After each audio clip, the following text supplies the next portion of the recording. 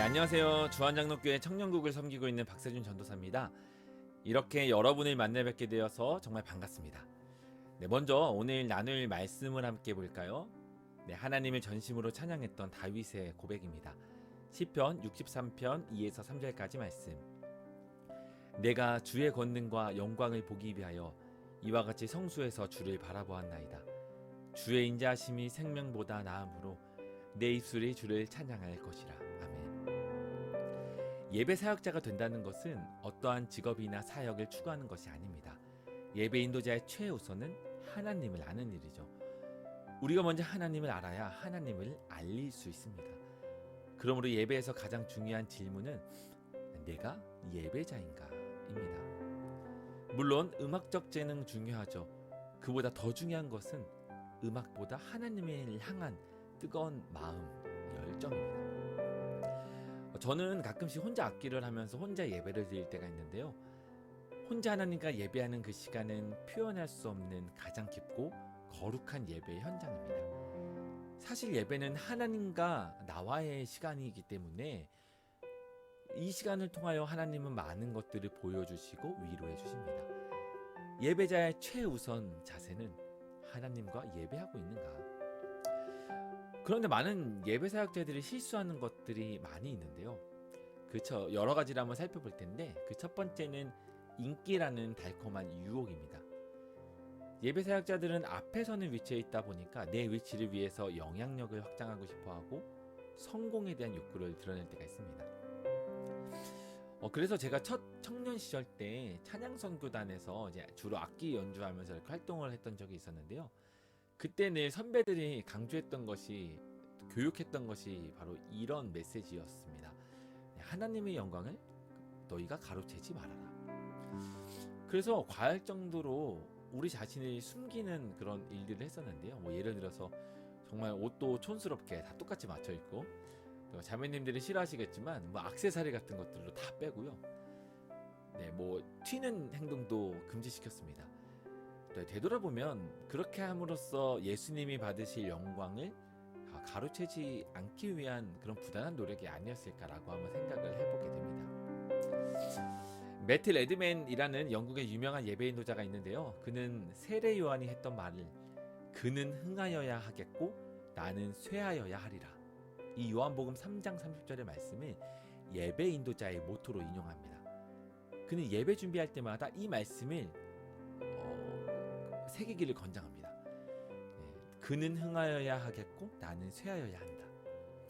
이 말씀은 사람들 앞에 서는 것 자체에 중독되는 일을 막기 위한 말씀으로 기억해야 된다는 거죠. 자, 두 번째 유혹은요. 노래나 연주에 빠져드는 일입니다. 뛰어난 노래, 뛰어난 연주를 하다 보면 예배의 본질이 사라질 때가 있기 때문이죠. 즉 음악적인 실력이 예배에 드리는 마음보다 우선이 되면 안 된다라는 말씀입니다. 물론 여러분의 실력을 열심히 닦아야죠. 그 실력 잘 사용해야 합니다. 그런데 내 은사를 사용하는 일은요, 굉장한 성취감을 줍니다. 그런데 성취감이 주요 목표는 아닙니다. 특히 예배는 내 자신이 아닌 예수님을 드러내기 위한 것이라는 것을 늘 기억해야 됩니다. 노래와 연주는 사실 예수님을 높이기 위한 수단에 불과하기 때문입니다. 우리는 처음에는 우리에게 주신 은사를 가지고 하나님께 영광 올려드리겠습니다 라는 고백으로 시작합니다. 근데 언젠가부터는요, 주신 나의 재능과 은사가 바로 나의 영광이 될 때가 있다라는 것입니다. 여러분, 하나님은요, 우리가 멋진 노래, 멋진 연주하는 것도 좋아하실 것 같지만 그보다 어떤 일을 하든, 혹 틀리더라도, 혹 부족하더라도 어떤 일을 하든 바로 그것이 하나님의 영광을 위해 하는가, 이것을 보고 계시다라는 점입니다. 자, 세 번째 유혹인데요. 바로 인정받으려는 욕구입니다. 여러분, 다른 사람에게 인정받고 싶죠? 특히 사람에게 인정받고자 하는 욕구가 있습니다. 그런데 이것은 일종의 채워지지 않는 굶주림과 같은 것인데요. 우리가 아무리 많은 칭찬과 격려를 받는다고 해서 안정감과 참 만족감이 생기는 것이 결코 아닌 것을 결국에는 깨닫게 됩니다. 그래서 우리는 다른 사람들과 교제하기에 앞서서 하나님을 바라보고 하나님을 더욱 알아가는 일이 중요하다라는 말이죠. 네, 마지막 네 번째입니다. 다른 사역자들에 대한 질투와 비판입니다. 여러분, 다른 사람들 노래 부르는 거, 성공하는 일, 그것을 보고 기뻐하는 것은 정말 쉽지 않은 일입니다. 그런데 우리가 그것을 보고 질투하고 비판하지 않도록 끊임없이 회개하고 그리고 자신을 연단해야 합니다. 그것은 하나님께서 사용하신 일이기 때문이죠. 그리고 반대로 내가 성공하고 높임을 받을 때는요, 더 주의해야 합니다. 특히 영적 리더에게 큰 시험 중 하나는 바로 성공할 때와 높임 받을 때입니다. 여러분이 있는 그 자리가 바로 그런 자리가 될 수 있습니다. 여러분에게 스스로 질문하십시오. 모든 것이 잘 되고 있을 때 나는 과연 뭘 하고 있을 것인가? 그 인기에 취해서 룰루랄라 하고 있을 것인지, 더욱더 겸손하게 하나님 앞에 엎드릴 것인지 한번 생각해 보아야 합니다. 언젠가부터 예배가 하나님을 위한 것이 아니라 인간에게 초점이 맞추어져 단지 세련되어지기만 하고 상업화되어지고 우상이 되어버린 것은 아닌가 한번 생각해 보게 되었습니다. 물론 예배가 세련되어질 수 있습니다. 그런데 본질을 잃어버리게 되는 데에 문제가 있습니다. 여러분, 예배 사역자는요, 이런 중심 가운데 우리가 하는 일은 사람을 기쁘게 하는 일이 아닌 예수님을 섬기는 종이며, 인기를 바라고 청중의 좋은 평가를 얻는 것이 아닌 날마다 엎드리고 하나님을 알아가고 겸손히 싸우며 하나님의 평가를 받아야 하는 자임을 날마다 기억해야 합니다. 그러므로 우리는 날마다 이런 질문을 해야 합니다. 내가 하고 있는 이 사역이 결국 누구의 사역인가?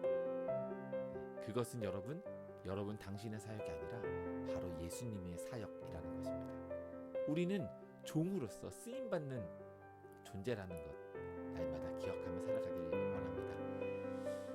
우리는 보이는 곳이 아닌 보이는 곳에서는 익숙한 사람들이다 보니 우리가 놓치는 것들이 많을 수 있는데요. 그러나 우리는 오히려 보이지 않는 그곳에서 날마다 하나님을 먼저 알고 예배하기에 힘쓰는 자들이 되기를 여러분 바랍니다. 마치 오늘 본문 다윗의 고백처럼 말이죠. 내가 주의 권능과 영광을 보기 위하여 이와 같이 성수에서 주를 바라보았나이다. 주의 인자하심이 생명보다 나음으로 내 입술이 주를 찬양할 것이라. 그런 입술과 마음과 진실된 고백을 하는 저와 여러분 되길 바랍니다.